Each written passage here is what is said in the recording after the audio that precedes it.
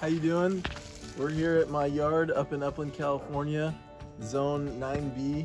Just checking out some stone fruits that I got planted pretty close together here. Some of them are, it's a method of planting called backyard orchard culture, which you basically have trees planted really close together, and you prune them in a way that they all become kind of one main tree.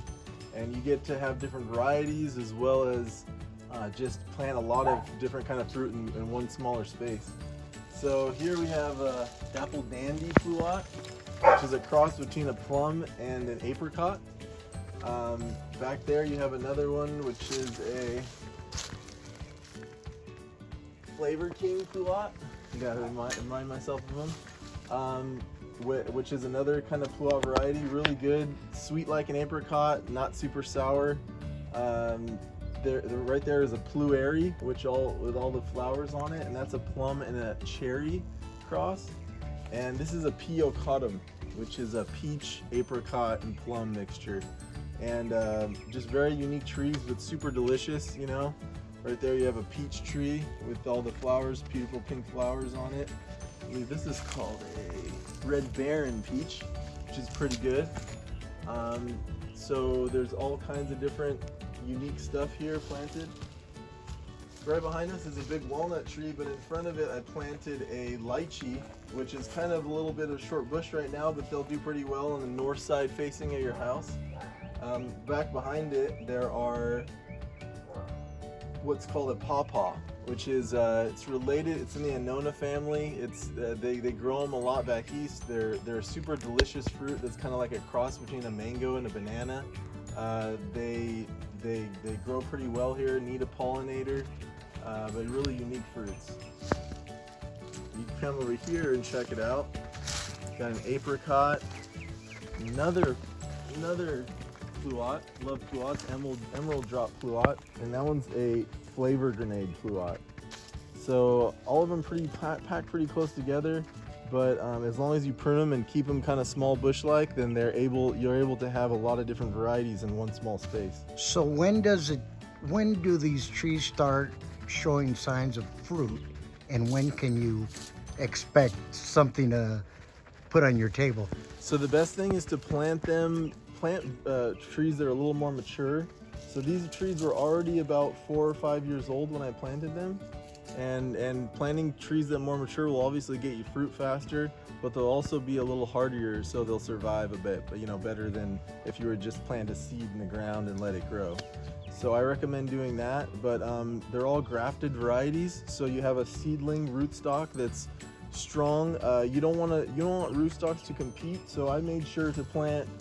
There's 2 different rootstocks with these types of trees, and one is a Citation and one is a Myro rootstock. So as you can see, these all have the same rootstock here, so the roots won't compete with each other. The grafted variety on top of the rootstock is the one you're looking for the fruit you want to get. And they all have the same rootstock, same roots, but different branches up top, you'd say. So yeah, just really simple stuff. And I also tried to just get all the stone fruits in one area. I planted them down here because this is the coldest area of the yard, and stone fruits really need a little bit of required chill hours. So they require some chill hours so that they will produce more fruit. A lot of trees aren't like that, but just stone fruits in general kind of require a little more chill. So yeah, and as you can see, there's some plums or some figs over here. There's a lot of different variety of figs. They're a little smaller right now. They're kind of still growing, but they're really delicious varieties. This is Tiger Panache fig. This is a Purple Smyrna fig. Right next to here, got some avocados up there, and just kind of. Hi, I'm Nick. We're at my yard in Zone 9B in Upland, California. Just showing you some tropical, subtropical fruit trees grow here in the yard and what you can grow. This one right here is an Hawaiian apple banana. Usually you only find these in Hawaii, but here in California we can grow them pretty easily. As you can see, there's some damage on the leaves from the cold and the wind, but if you come closer and look, there's actually a flower that's popping out of the middle. So on that flower is gonna grow a really big flush of bananas, usually about that long. And they're just really delicious bananas. Varieties you can't find in the store.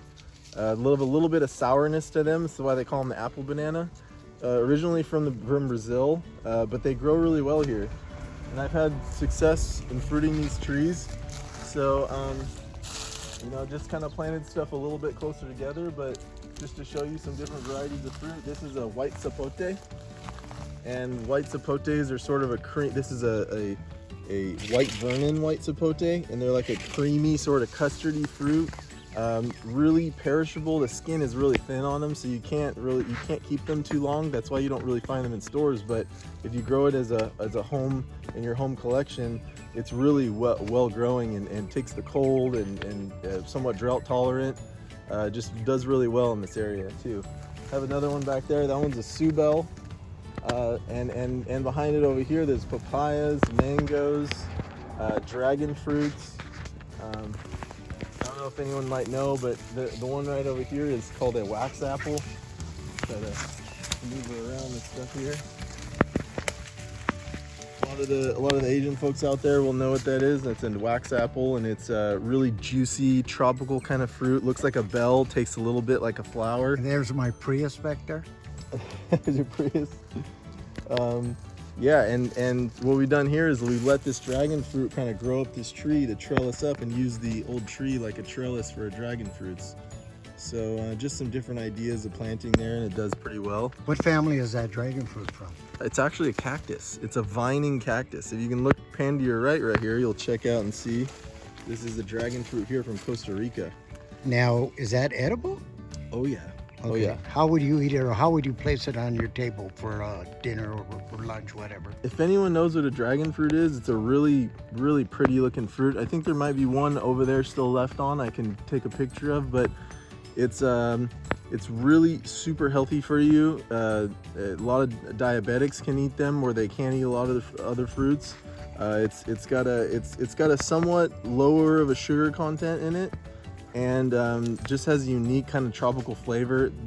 Here throughout the yard, there's about 40 different varieties I have, and you know, some from seed that we grew, some from just kind of marketed varieties, and they produce fruit in about 2 years, so they're really quick producer, and they're just wonderful trees to have if you want to have that. If you know what the kind of fruit is, it's kind of nostalgic for a lot of people. South America and Asia, they're more prominent, but they're starting to become more popular here. The ones you find in the stores have almost no flavor to them. They're kind of earthy flavor, whereas these, and they're white inside, whereas these are more red, pink inside. They have a lot of antioxidants. They have a lot of, some of them are a little sweeter than others, and they just they grow really well in this area. So they are a tropical cactus, so they're not going to be like your typical desert cactus, but they really thrive as long as you take care of them. The only thing they require is some hand pollination to get them to fruit reliably. The bees don't really do it as much because they fruit the flowers come at night and they close in the morning, so they're only a one-night flower.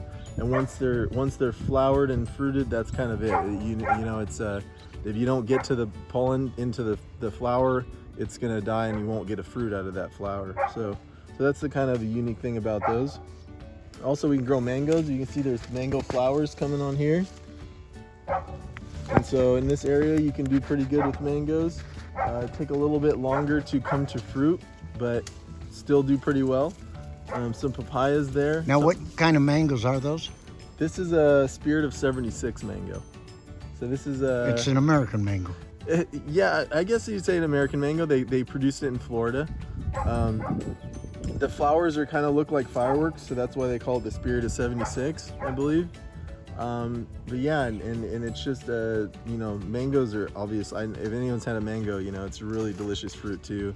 And these varieties are really unique. I have one in the back called a coconut cream mango, and it tastes really like coconut, like a cross between a coconut and a mango. I mean, you bite into it and you're just like, wow, it's really amazing that something could even, you know, I didn't know that there was even like that, but it's amazing that it could taste so much like a coconut, you know, in a mango. So So yeah, there's a lot of cool varieties of stuff. Got a lot of different varieties of bananas as you pan down. And we'll go check out the backyard too.